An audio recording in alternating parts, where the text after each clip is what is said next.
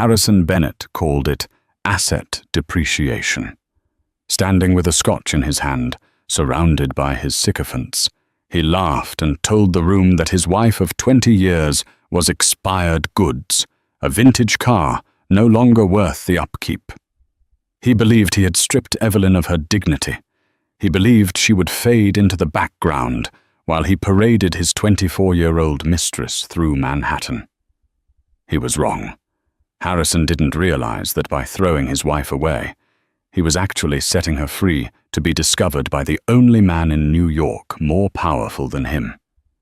This is the story of how a woman labeled too old to date became the woman every billionaire wanted to know.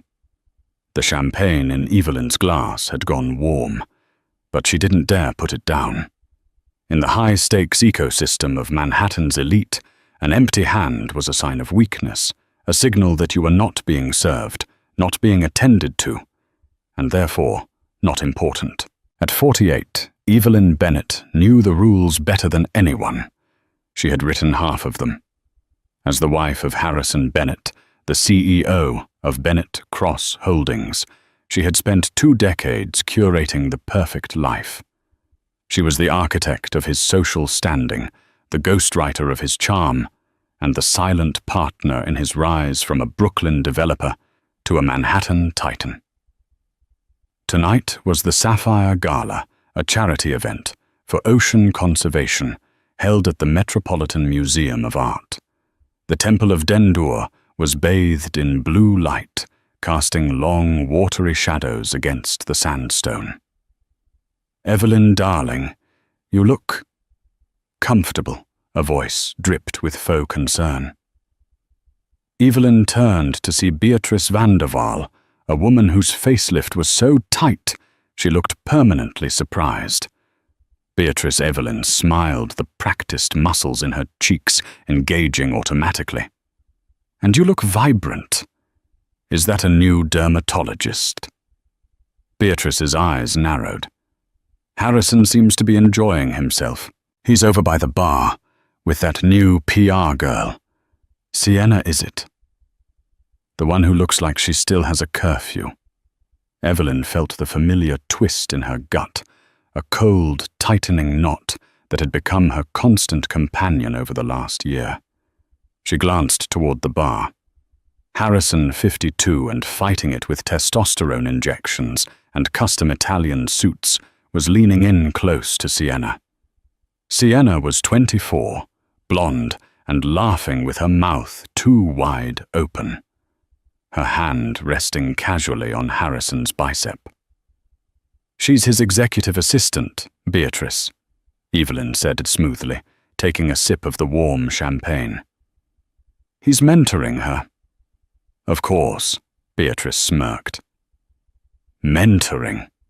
Evelyn excused herself, needing to breathe. She navigated the sea of tuxedos and gowns, her own navy silk dress swishing softly around her ankles. She felt invisible. It was a strange sensation. 10 years ago, she would have been the center of this room. Now gaze slid over her, like water over a stone. She was Harrison's wife, a fixture furniture. She headed toward the terrace doors, seeking the cool October air. But as she passed a cluster of high-backed velvet chairs near the Egyptian exhibit, she heard his voice, Harrison's voice. It was booming, confident, fueled by 3 scotches and the adoration of his sycophants. "Honestly, it's just basic economics, gentlemen," Harrison was saying. Evelyn froze behind a pillar. She shouldn't listen. Nothing good ever came from listening. Asset depreciation. Harrison continued eliciting chuckles from the men around him. Junior partners and investors desperate for his favor. You don't keep a building when the foundation starts to crack and the facade fades. You sell. You upgrade. But Harrison, a younger voice, interjected, nervous but eager. "Evelyn has been with you since the start. Isn't there, I don't know, loyalty?" Harrison laughed. It was a cruel, wet sound. Loyalty is for dogs, Brad. Look. Evelyn was great for the climb. She knew which fork to use. But we're at the summit now. I need energy. I need vitality.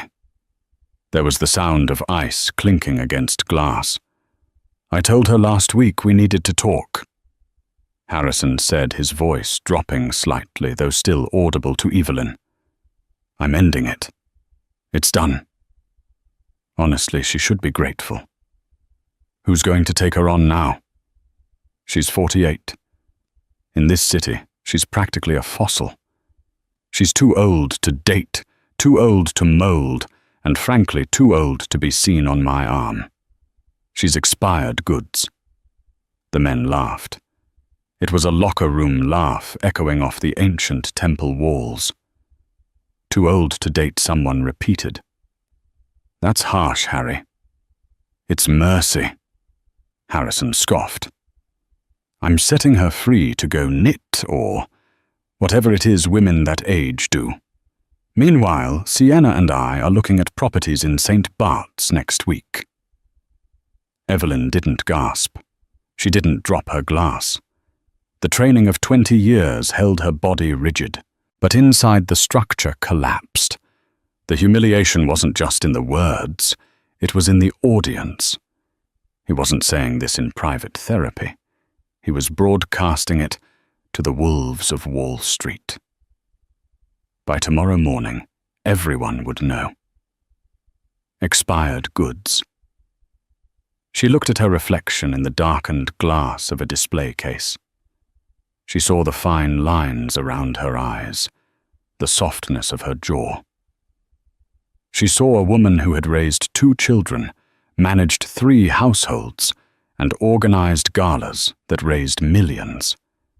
And Harrison saw a cracked building. She didn't go to the terrace. She turned around, walked past the coat check, and exited the museum into the flashing lights of the waiting paparazzi. Usually she would smile, tilt her chin, and pose. Tonight she walked straight to her town car, her face a mask of stone. Mrs. Bennet. Mrs. Bennet. Where's Harrison? A photographer shouted. Evelyn stopped. She looked directly into the lens of the camera. The flash blinded her for a second.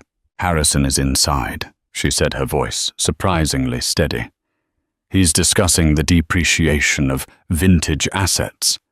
You should go ask him about it. She slid into the car, the door thudding shut, sealing her in silence. Home, ma'am, the driver asked. Evelyn looked out the window at the passing city lights. The penthouse on Fifth Avenue wasn't home anymore. It was Harrison's showroom. No, she said. Take me to the Pierre Hotel. And Arthur Block. Harrison's number on my phone, please. The divorce was not a separation. It was a demolition.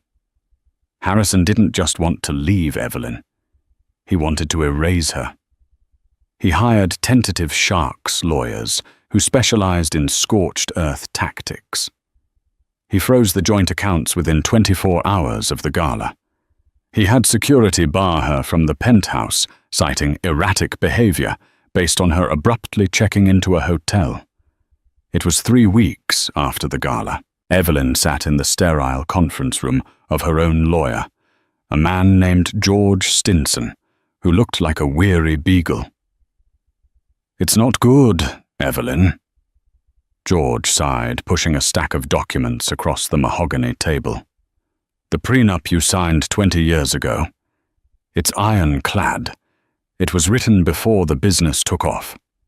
You get a payout, yes, but it's a fraction of the estate's value. And he's fighting for the real estate portfolio.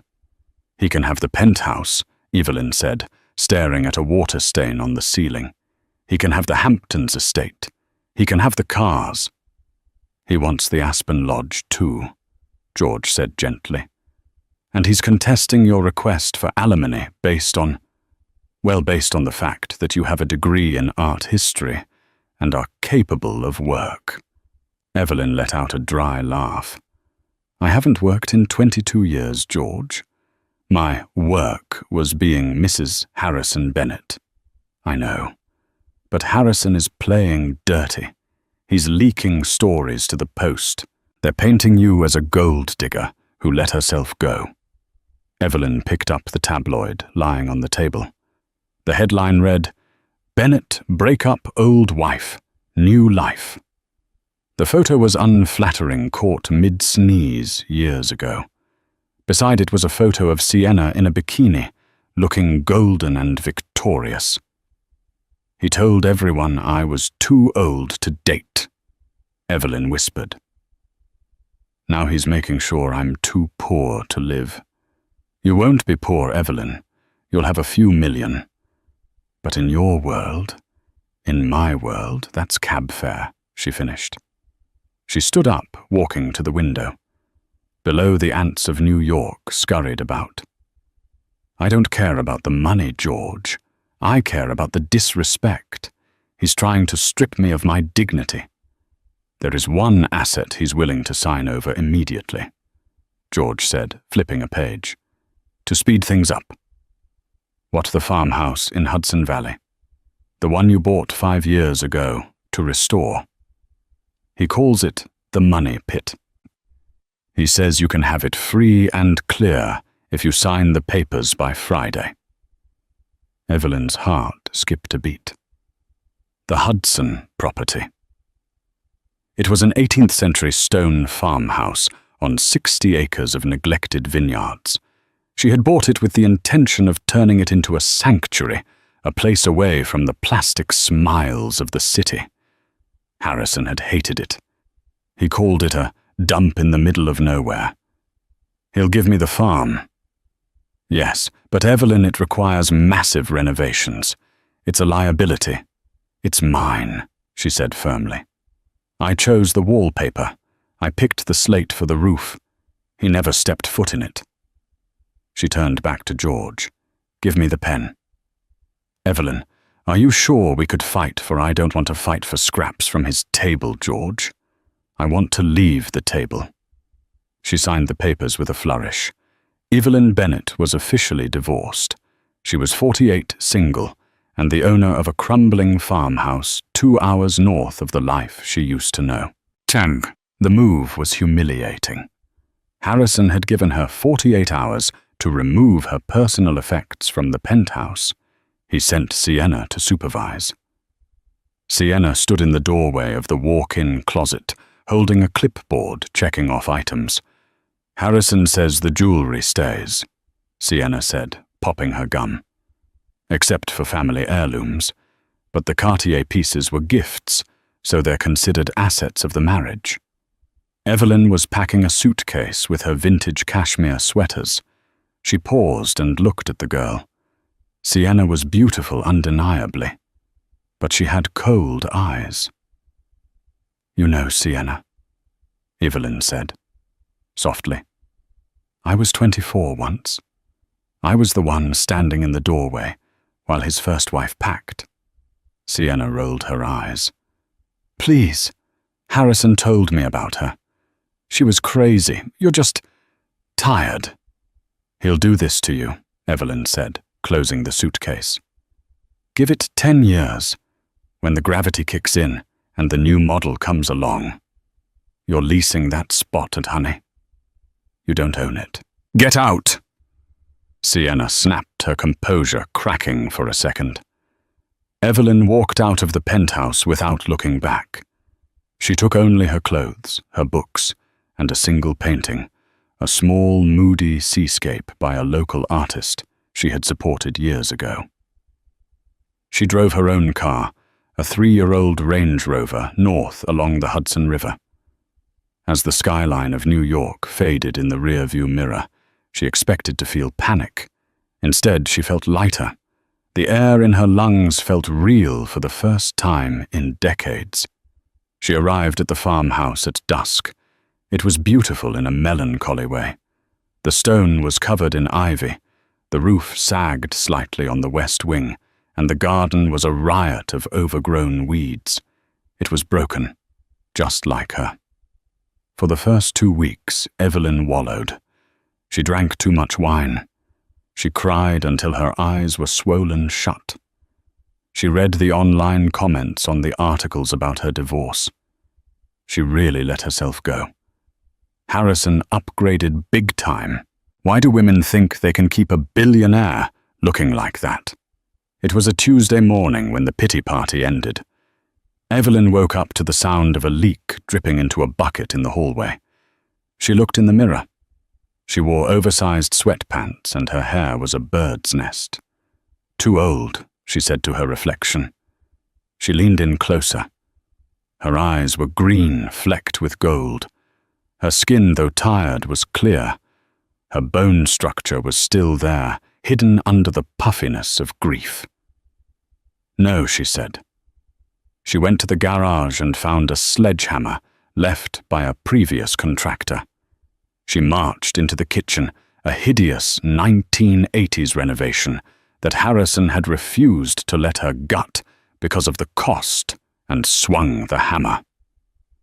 Crack. A tile shattered. Too old crack. Expired smash. She swung with the rage of 20 years of silence. She destroyed the ugly cabinets. She smashed the cheap countertop. She screamed until her throat was raw, covered in dust and plaster. When she was done, she sat amidst the rubble, panting, sweating, and alive. She needed a contractor. She needed materials. And she needed coffee. She drove into the small town of Rhinebeck, covered in drywall dust, wearing her work boots and tight jeans. She walked into the local hardware store, Miller's Supply. She was looking at copper piping when she felt someone watching her. "You look like you fought a wall, and won." A deep voice said. Evelyn turned. Standing there was a man. He was tall, wearing a flannel shirt with the sleeves rolled up, revealing forearms that had clearly done a day's labor. He had salt and pepper hair, a scruffy beard, and piercing blue eyes behind wire-rimmed glasses. He looked to be about 50. The wall didn't stand a chance, Evelyn said, wiping a smudge of dust from her cheek. "I'm Evelyn." "I know," the man said. "The whole town knows. The city lady who bought the old stone farm." He extended a hand. "I'm Jack. I handle the lumber yard out back." His hand was rough, warm, and calloused. "Well, Jack," Evelyn said, surprising herself with a small smile. "I need a lot of lumber, and I need someone who doesn't mind taking orders from an expired woman." Jack laughed. It was a rich, genuine sound, the opposite of Harrison's polished chuckle. "Ma'am, looking at you, I'd say the expiration date is a long way off. You've got fire." "I like fire." Evelyn felt a blush rise up her neck. It wasn't just a compliment. It was a spark. Little did she know, Jack wasn't just a lumberyard manager. And the old stone farm wasn't just a house. It was about to become the stage for the greatest second act in New York history. But first she had to rebuild. November in the Hudson Valley was not kind to the unprepared. The wind whipped off the river with a damp, bone-chilling bite that seeped through layers of wool and insulation. For Evelyn, it was a shock to the system, a stark departure from the climate-controlled existence of her life with Harrison. There were no heated floors here, no doormen to rush her under an awning. There was only the house, the cold, and the work. The farmhouse was essentially a shell. The plumbing was archaic. The electrical wiring was a fire hazard waiting to happen, and the insulation was non-existent. Harrison had been right about one thing: it was a money pit. But he was wrong about the value. Evelyn threw herself into the renovation with a fervor that bordered on obsession. She wasn't just fixing a house. She was exorcising a ghost. Every swing of the crowbar against rot-infested drywall felt like a strike against the 20 years of silence she had endured. Jack was there almost every day. Initially, he came to deliver lumber. Then he came to help install the subflooring, because, as he put it, "You're going to throw your back out, lifting that plywood. And I don't want to be the one who finds you frozen to the floorboards." Their dynamic was quiet, built on the rhythm of labor. Jack didn't ask about Harrison. He didn't ask why a woman in $400 boots, now ruined, was scraping lead paint off a banister at 7 a.m. He just handed her sandpaper and poured coffee from a battered thermos. "You're holding the sander too tight," Jack said one Tuesday afternoon. Evelyn was working on the main staircase. Her hair was tied back in a messy bun, her face streaked with sawdust. She turned off the machine, her hands vibrating from the torque.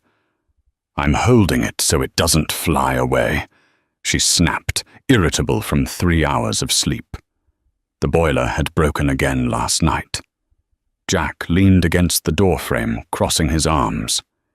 He wore a heavy canvas jacket that had seen better decades. "You're fighting the wood, Evelyn. You're trying to force it to be smooth. You have to work with the grain. Let the machine do the heavy lifting. You just guide it." Evelyn glared at him. "Are we talking about the stairs, Jack, or are you dispensing fortune cookie wisdom?" Jack's eyes crinkled at the corners. "Just the stairs, but if the shoe fits." He walked over his boots, heavy on the drop cloths. He reached out his hand, covering hers on the handle of the sander. His skin was rough, warm, and shockingly grounding. "Loosen your grip," he murmured, standing close enough that she could smell cedar shavings and old spice. "Like this." He guided her hand. The vibration smoothed out. The machine glided. The harsh, grinding noise softened into a steady hum. "Better?" he asked. "Better?" She breathed, her heart hammering a rhythm that had nothing to do with home improvement. He stepped back immediately, respectful of the boundary, but the air in the foyer had shifted. It was charged. Later that evening, a storm rolled in. The power flickered and died, plunging the farmhouse into darkness. The only light came from the fireplace in the great room, which Evelyn had managed to get working the week before. Jack had stayed to help her secure a tarp over the leaking West Wing roof. Now they sat on the floor near the hearth, eating takeout noodles from the only Thai place in town. "So," Jack said, poking at his pad thai with a plastic fork. "Harrison, the guy in the papers, that's him." It was the first time he'd said the name. Evelyn looked into the fire.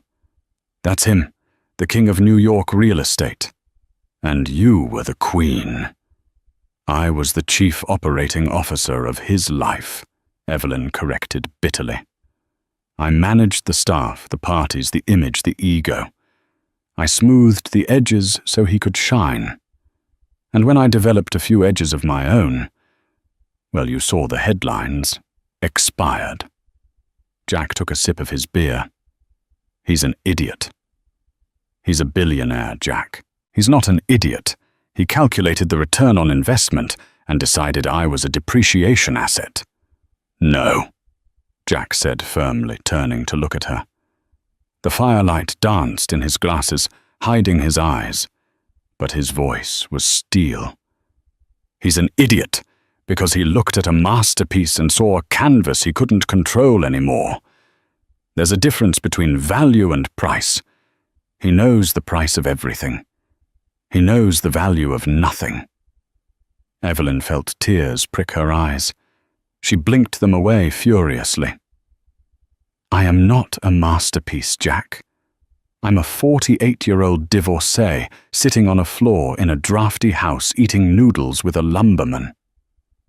"I'm not just a lumberman," Jack said softly. "Oh, what else are you, a poet?" "I'm a man who knows quality when he sees it," he said. He stood up and walked over to the corner of the room where a grand piano stood. It was the only piece of furniture that had come with the house, a 1920s Steinway wildly out of tune and covered in a dust sheet. Jack pulled the sheet off. Dust motes danced in the firelight. "Do you play?" he asked. I used to, at the conservatory, before I met Harrison." "Play," Jack commanded gently. "It's out of tune. So is the house. So are we. Play anyway." Evelyn walked over. She sat on the bench, her fingers hovered over the keys. She hadn't played in years.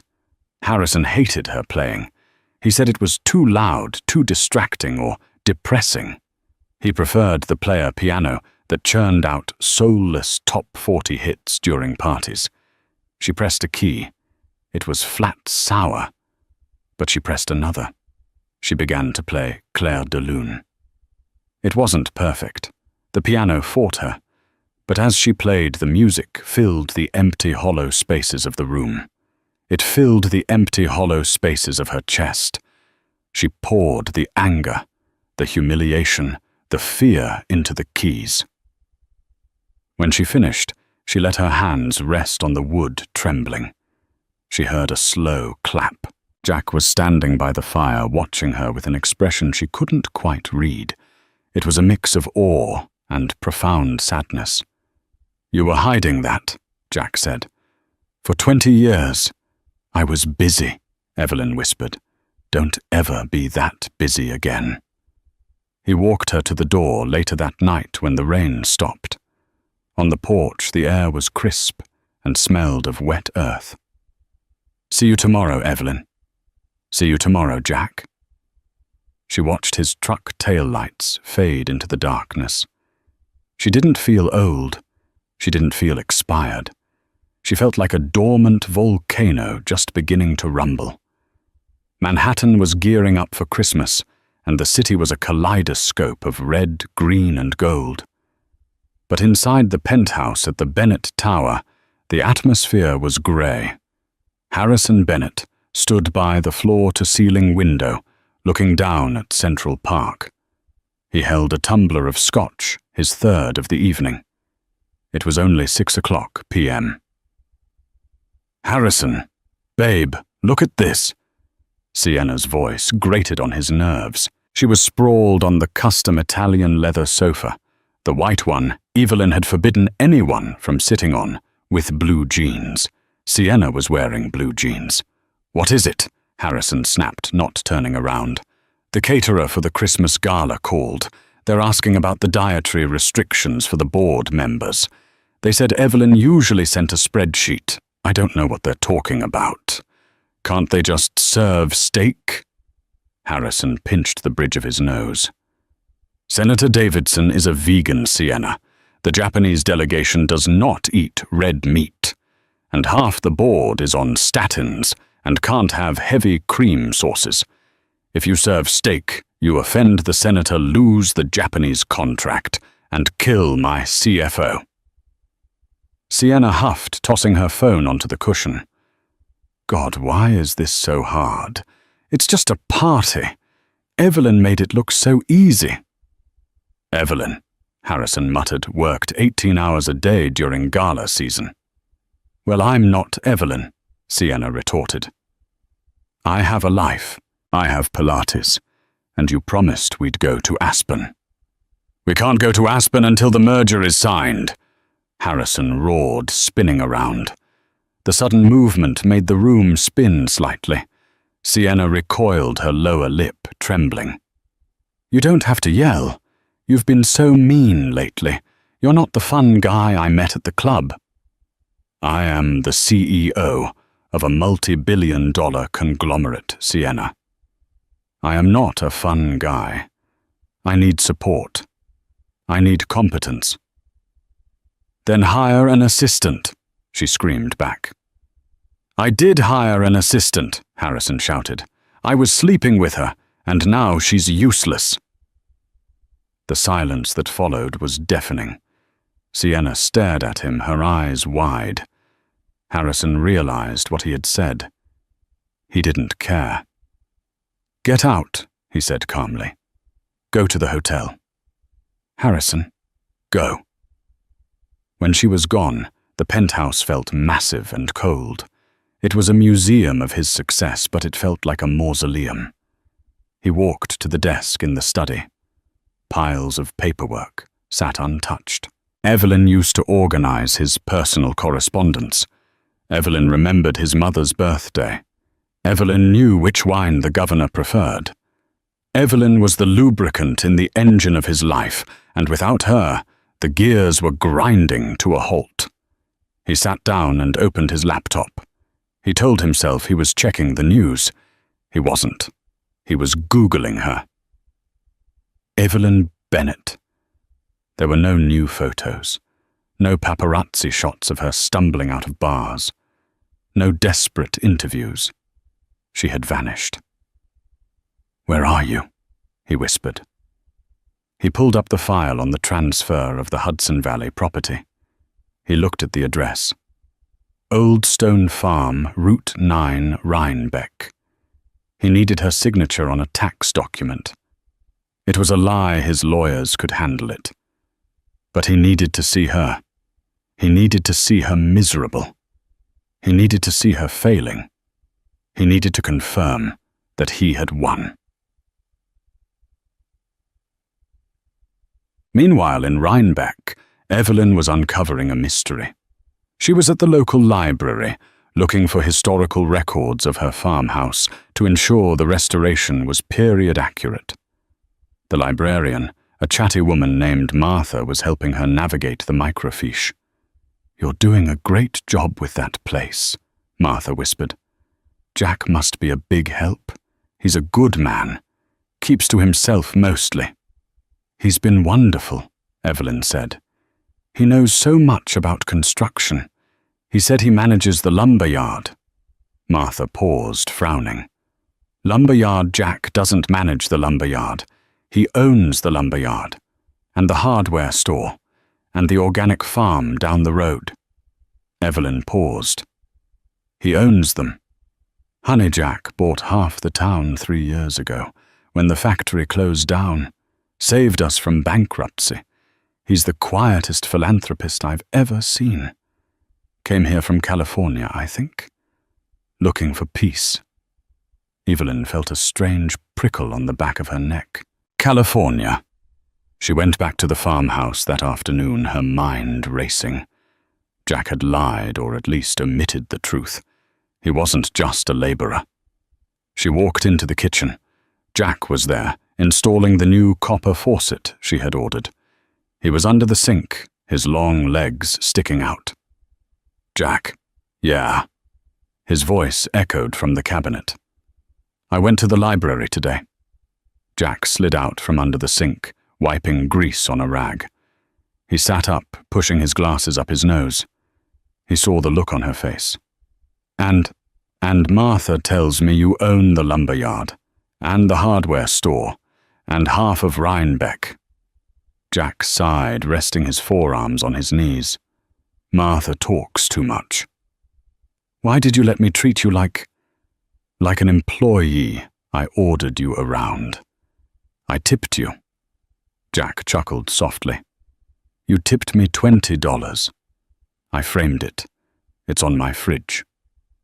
"Jack, who are you?" Evelyn asked, her voice trembling. "Don't give me the just Jack line." Jack stood up. He walked over to the window, looking out at the vineyards that were covered in a light dusting of snow. "My name is Jackson," he said slowly. "Jackson Sterling." Evelyn gasped. The air left the room. Jackson Sterling, the founder of Sterling Volt, the pioneer of next-generation battery technology, the man who revolutionized green energy, and then at the height of his fame 3 years ago vanished from the public eye after his wife died in a car accident. He was worth billions, more than Harrison, much more. "You're Jackson Sterling," she whispered, "the Time magazine Person of the Year." "I was," Jack said, turning to face her. He looked tired. Then I lost Sarah. And the money, the fame, the magazine covers. It all felt like ash. I couldn't breathe in that world anymore. Everyone wanted something. Everyone was selling something. So I sold my shares, kept a controlling interest, and walked away. I came here to be nobody. He took a step toward her. I didn't want you to know, he said intensely. Because when people know, they change. They start looking at the wallet, not the man. But you treated me like a guy who hauls wood. You yelled at me for tracking mud in. You made me coffee because you wanted to, not because you wanted a donation. Evelyn stared at him. She saw the billionaire now. The intelligence, the burden of power. But she also saw the man who had sanded her stairs and listened to her play piano. I'm not interested in your wallet, Jack, she said, her voice steady. I had a wallet. It was attached to a man who thought I was an accessory. I'm allergic to wallets. Jack smiled, a genuine, relieved smile that reached his eyes. Good. Because I'm starting to think that the old stone farm isn't the only thing around here worth restoring. He reached out and took her hand. His thumb brushed over her knuckles. Evelyn, he said, his voice dropping an octave. I have a charity gala next week, in the city. I haven't gone back in 3 years. My board is begging me to make an appearance to calm the investors. I swore I wouldn't go. But... He looked at her, his eyes searching hers. I'd go if I had a reason to. If I had an ally. Someone who knows the sharks and knows how to swim with them. Evelyn's heart raced. A return to the city. To the world that had spat her out. You want me to go with you? I want to go with you, Jack corrected. I want to show them what real quality looks like. I want to walk in there with the most impressive woman I've ever met. And I want to see Harrison Bennett's face when he realizes what he threw away. Evelyn pulled her hand back slightly. Revenge. No, Jack said. Justice and maybe a date, a real one, where I wear a tuxedo and you don't wear work boots. Evelyn looked at her reflection in the dark kitchen window.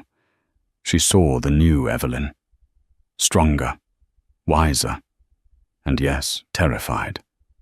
I have nothing to wear, she said. Jack grinned. I have a plane. We can go to Paris for the weekend. Fittings at Dior. Evelyn laughed, and it was a sound of pure joy. Let's go to Paris.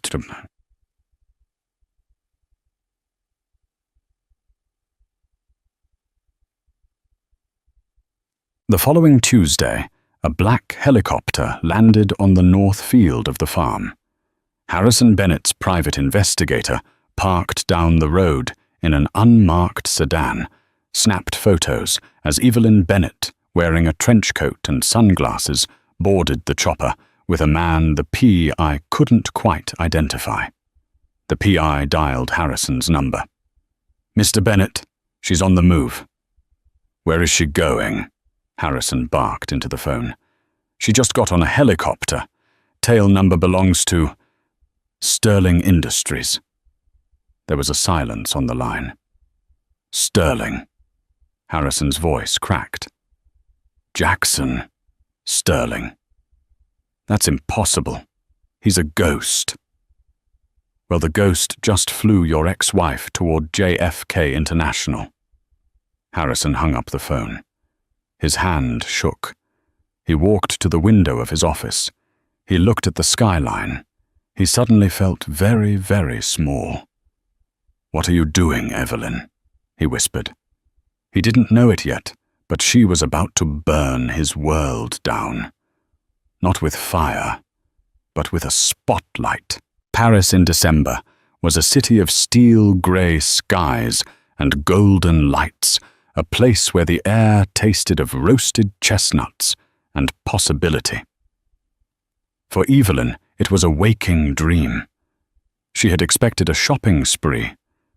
She had expected Jackson Sterling, the billionaire, to drag her into Chanel and point at mannequins treating her like a paper doll to be dressed. That was what Harrison would have done. Harrison treated shopping as an acquisition of assets. Buy the most expensive thing, so people know I can afford it. Jack was different. They were in a private atelier on Rue Saint-Honoré, a dusty, quiet room that smelled of beeswax and silk. There were no logos, no neon signs, just an elderly woman with pins in her mouth and a measuring tape around her neck. Madame Dubois doesn't make clothes, Jack had whispered to Evelyn as they walked up the narrow stairs. She makes armor. Evelyn stood on the podium watching her reflection in the trifold mirror. She was wearing a prototype of the gown, a structure of muslin and pins. It is aggressive, Evelyn murmured, touching the plunging neckline. It is unapologetic, Madame Dubois corrected, her voice raspy. She tugged at the waist, cinching it tighter. You have a waist, madame. Why did you hide it for so long? The man you were with, he liked you to be a box non. Easier to stack. Evelyn caught Jack's eye in the mirror. He was sitting on a velvet sofa, sipping espresso, watching her with an intensity that made her skin prickle. He wasn't looking at the dress. He was looking at her. I was a box, Evelyn whispered. I was a container for his life. Not anymore, Jack said. He stood up and walked over. Evelyn, the gala in New York isn't just a party. It's a declaration. When we walk in, I don't want them to see Harrison's ex-wife. I want them to see the woman who survived him. He turned to Madame Dubois. The silk. The platinum one. Madame Dubois smiled, a wicked glint in her eye. The liquid silver. Excellent choice. Over the next 3 days, Evelyn felt the layers of the last 20 years peeling away. It wasn't just the clothes. It was the way Jack listened. They spent hours walking along the Seine. He told her about the pressure of being a prodigy, the crushing weight of expectation that led him to hide in Rhinebeck. He told her about his late wife, Sarah, and how he had forgotten how to breathe after she died. I was dead, too, Evelyn admitted one evening as they sat in a bistro near Notre Dame. I was walking, talking, hosting parties. But I was a ghost. I thought my life was over at 48. Jack reached across the table, taking her hand. His grip was firm, the calluses from the lumber yard still there against her skin. Evelyn, wine gets better with age. Stone gets harder. The only things that rot are the things that aren't built to last. Harrison. He's cheap drywall. You're marble. Evelyn looked at him, and for the first time in forever, she didn't feel the need to look away. Why me, Jack? She asked. You could have anyone. Models, actresses. Why the woman buying copper pipe in muddy boots? Because, Jack said softly, the models and actresses want Jackson Sterling, the billionaire. They want the finished product. You saw a man covered in sawdust and treated him with dignity. You saw the rough draft and didn't try to edit it. That's rare, Evelyn. That's priceless.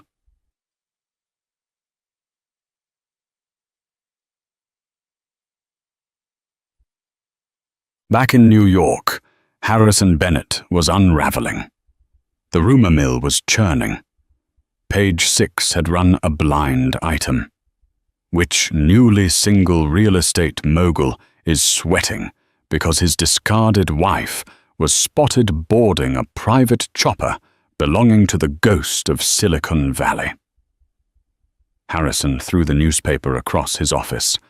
It fluttered and landed on the floor next to a pile of cancelled contracts. "It's a coincidence," he muttered to himself. "She's probably consulting for his charity. She's good at charity. That's all it is." But the doubt was a maggot eating away at his confidence. His business was suffering. Without Evelyn's subtle diplomacy, he had offended the zoning commissioner at a lunch meeting. He had forgotten the birthday of his biggest investor's wife. The social calendar, once a well-oiled machine managed by Evelyn, was now a chaotic mess managed by Sienna. Speaking of Sienna, she walked into his office wearing a skirt that was too short for a boardroom and chewing gum. "Babe, the tickets for the Winter Solstice Gala came," she said, tossing a gold envelope onto his desk. "Are we going?" "It sounds boring." Harrison looked at the envelope. The Winter Solstice Gala, the event of the season, every titan of industry would be there. "We are going," Harrison said, his jaw tightening. "And you are going to wear something elegant, no sequins, no cutouts." Sienna rolled her eyes. "You're no fun anymore. You're obsessed with her." "I am not obsessed," Harrison roared, slamming his fist on the desk. "I am managing a PR crisis. If she shows up there, if she tries to embarrass me." "How can she embarrass you?" Sienna laughed. "She's a nobody. You said it yourself. She's expired." Harrison looked at the young woman he had blown up his life for. She was pretty, yes, but she was vacant. There was no shared history, no shorthand, no steel. "Just get the dress, Sienna," he whispered, "and for God's sake, stop chewing gum." The night of the Winter Solstice Gala, the steps of the Metropolitan Museum of Art were transformed into a river of red velvet. Flashbulbs popped like lightning storms as the elite of New York ascended the stairs. Harrison Bennett stepped out of his limousine. He adjusted his tuxedo, checking his reflection in the car window. He looked good, he told himself. Distinguished. Powerful. Sienna climbed out after him. She had tried to her credit. She was wearing a black dress, but it was ill-fitting bunching at the waist. She looked like a child playing dress-up in her mother's closet. She grabbed Harrison's arm, her nails digging in. "Smile, babe," she hissed as the cameras turned toward them. Harrison fixed a rictus grin on his face. Harrison. Harrison. "Is it true? Evelyn is in town?" a reporter shouted from behind the velvet rope. "No comment," Harrison growled, moving faster. Harrison. "Are the rumors true about the merger falling through?" No comment. He hustled Sienna up the stairs and into the great hall. The noise of the gala washed over them, the hum of expensive conversation, the clinking of crystal, the string quartet playing softly in the corner. He scanned the room. He saw the Rockefellers, the Vanderbilts, the new tech money from California. He felt a wave of relief. Evelyn wasn't here. Of course she wasn't. She was probably back in that hovel in the Hudson Valley knitting. "See," he muttered to Sienna, grabbing a glass of champagne. She didn't dare show her face. "Can we go sit down?" Sienna whined. "My heels hurt." Suddenly, the hum in the room changed. It wasn't a silence. It was a shift in frequency. The conversation stopped near the entrance and rippled outward like a wave moving across a pond. Heads turned. Glasses were lowered. The string quartet actually faltered for a beat. Harrison turned toward the massive bronze doors. Standing at the top of the grand staircase framed by the archway was a couple. The man was tall, wearing a tuxedo cut so sharply it looked like it could draw blood. He wore no tie, just an open collar that spoke of a confidence so absolute he didn't need to follow the rules. It was Jackson Sterling, the myth, the ghost. But no one was looking at Jackson Sterling. They were looking at the woman on his arm, Evelyn. She was wearing a gown of liquid silver silk that seemed to be poured over her body. It clung to her curves, cascading down to the floor in a pool of moonlight. Her shoulders were bare, her skin glowing with a radiance that defied age. Her hair, usually pulled back in a severe bun, was loose, falling in soft, confident waves around her face. She wore no necklace. She didn't need one. Her eyes were brighter than any diamond in the room. She didn't look 48. She didn't look 24. She looked timeless. She looked like a queen returning from exile to reclaim her throne. "Oh my God," Sienna whispered. Is that her?" Harrison felt the blood drain from his face. His knees locked. The glass of champagne in his hand shook, spilling a drop onto his cuff. Evelyn and Jackson began to descend the stairs. They didn't look down. They looked straight ahead, moving with a synchronized grace that made them look like a single entity. The room parted for them. It wasn't intentional. It was instinctual. People stepped back to give them space, drawn in by the gravitational pull of their presence. As they reached the floor, the murmurs began.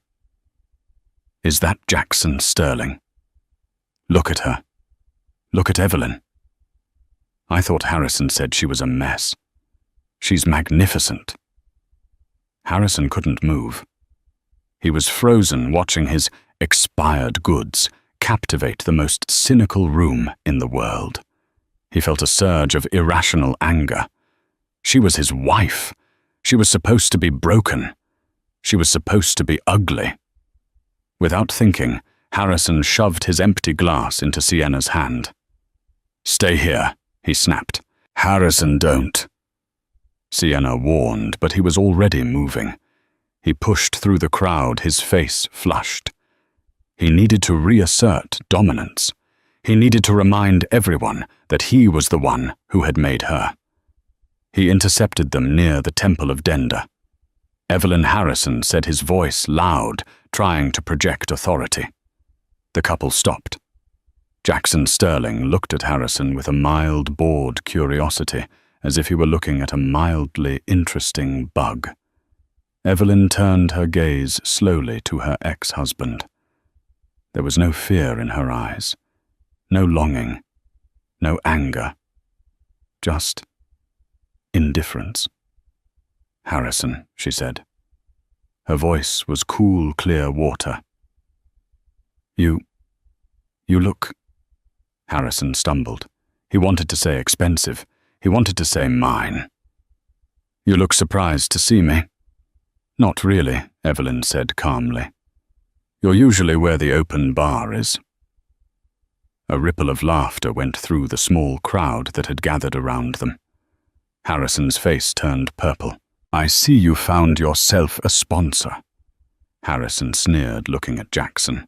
"Careful, Sterling. She's high maintenance.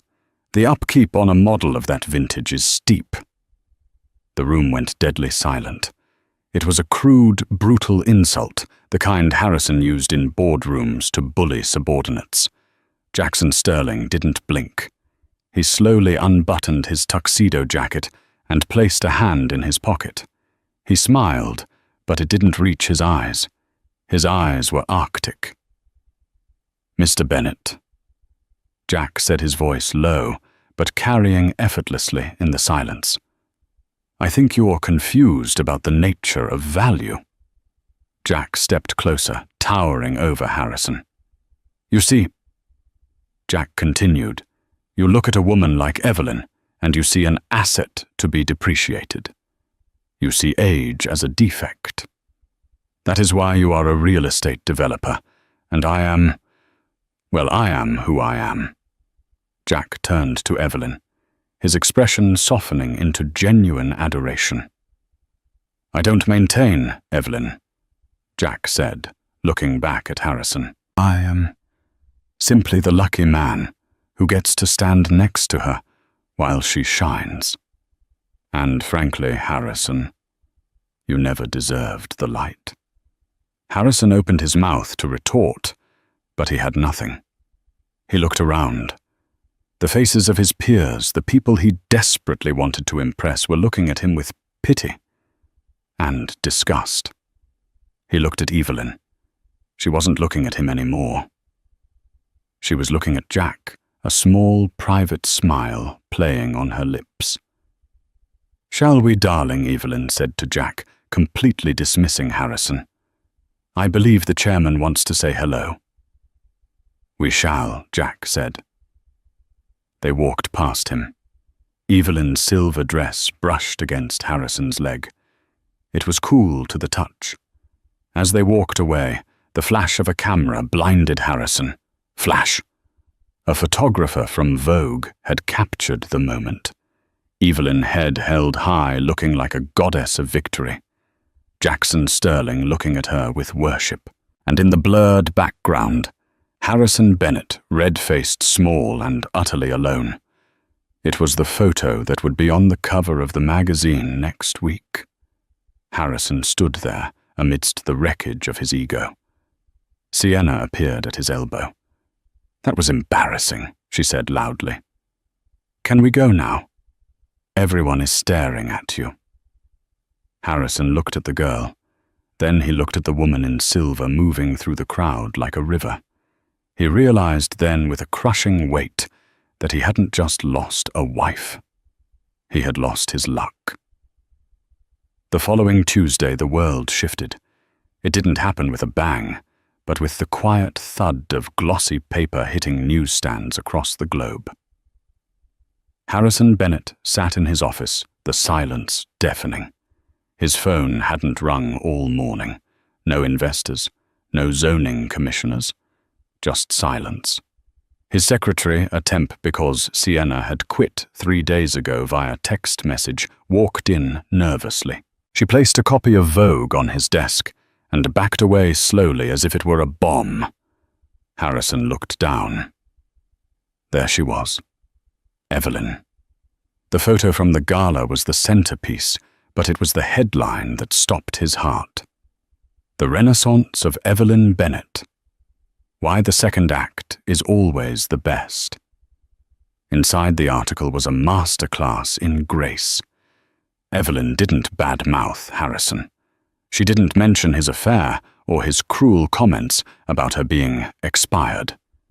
She didn't have to. The journalist had done the work contrasting Evelyn's dignity with reports of Harrison's public meltdown and crumbling business deals. The article revealed that Evelyn and Jackson Sterling were launching a new venture, the Sterling Foundation for Heritage Restoration, dedicated to preserving historic architecture. Evelyn wasn't just a girlfriend, she was the CEO. Harrison flipped the page. There was a sidebar interview with Jackson Sterling. Q. Mr. Sterling, what drew you to Evelyn? Most people look for the shine. I was looking for the steel. Evelyn is the strongest structure I've ever known. Harrison closed the magazine. He looked out the window at the city he thought he owned. He had traded a diamond for a rhinestone because he thought the diamond was too old. Now the rhinestone was gone and the diamond was out of reach, shining in a crown he could never afford.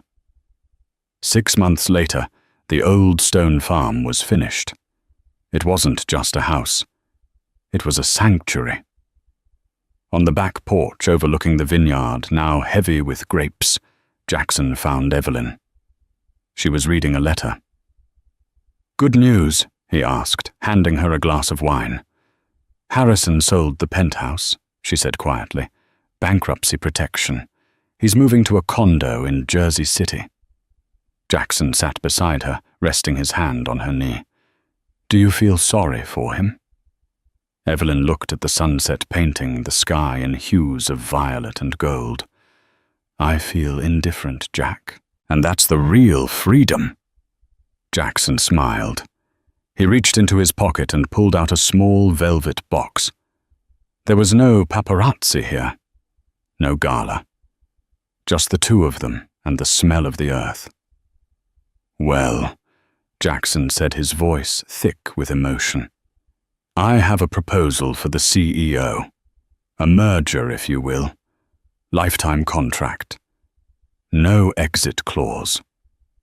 Evelyn opened the box. It was a vintage emerald, deep and green and full of history. A stone that had seen things, survived things, and was more beautiful for it. It's not new, Jack whispered. No. Evelyn smiled, tears filling her eyes. It's timeless. Harrison Bennett spent 20 years believing that value was something you bought, something that depreciated the moment you took it off the shelf. He looked at his wife and saw an expiration date. He didn't realize that some things like fine wine, historic architecture, and a woman's spirit only gain value with time. By the time he understood that he had thrown away a masterpiece, it was hanging in someone else's gallery. Evelyn didn't just survive her expiration. She redefined it. She proved that you are never too old to start over, never too broken to build, and never ever too late to find a love that sees the steel beneath the velvet. What do you think was Harrison's punishment fitting for his crime? And have you ever felt undervalued by someone who didn't see your true worth? Let me know your story in the comments below. I read every single one. If you enjoyed Evelyn's journey from expired to extraordinary, please hit that like button. It helps the channel so much. And don't forget to subscribe and ring the bell so you never miss a story of justice, romance, and redemption.